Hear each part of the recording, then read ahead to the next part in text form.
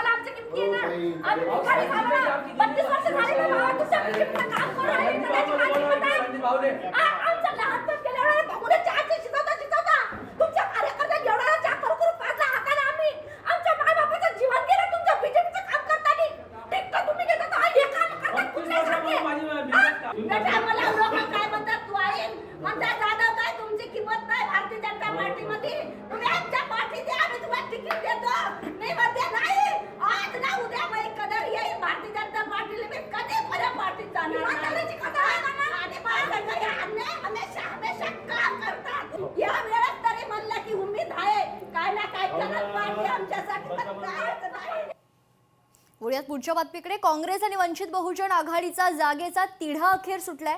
नांदेडमध्ये काँग्रेस आणि वंचित बहुजन आघाडीची अखेर युती झाली आहे। काँग्रेस नेते माणिकराव ठाकरेंनी युतीची घोषणा केली आहे। वंचित 20 जागा लढवणार आहे तर काँग्रेस 61 जागा लढवणार असल्याची माहिती।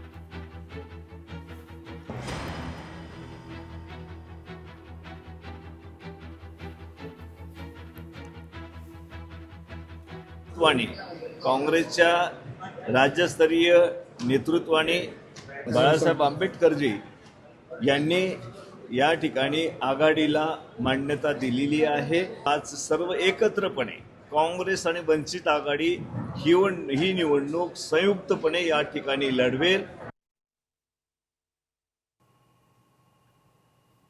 एक धक्कादायक बातमी समोर येते। उमेदवारीसाठी भारतीय जनता पक्ष इच्छुकांकडून खरं तर आता जीव देण्याची ही तयारी आपल्याला पाहायला मिळते। छत्रपती संभाजीनगरात इच्छुकांनी आत्मदहनाचा प्रयत्न केलाय।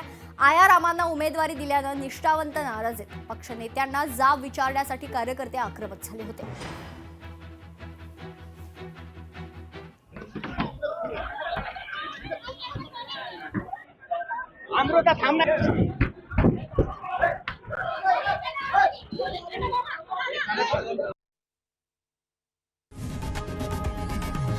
लोकशाही मराठी ऐका, पहा, जागरूक रहा।